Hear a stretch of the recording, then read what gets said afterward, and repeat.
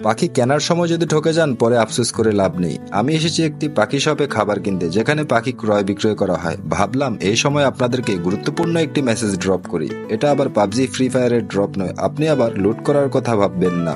পাখি সম্পর্কে আপনার যদি পূর্বে কোনো জ্ঞান বা অভিজ্ঞতা না থাকে, তাহলে হুট করে এইসব দোকান থেকে পাখি কিনবেন না। কারণ যেহেতু এখন শীতকাল, পাখিদের নানান ধরনের রোগ বালাই হয়।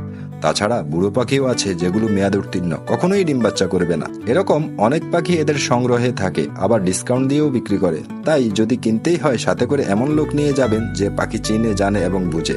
আর আপনি না বুঝে পাকনামি করলে ঠকার চান্সটাই বেশি। আশা করি যারা বুঝতে পারেননি তাদেরকে ধন্যবাদ, আর যারা বুঝতে পেরেছেন লাইক ফলো দিয়ে পাশে থাকুন।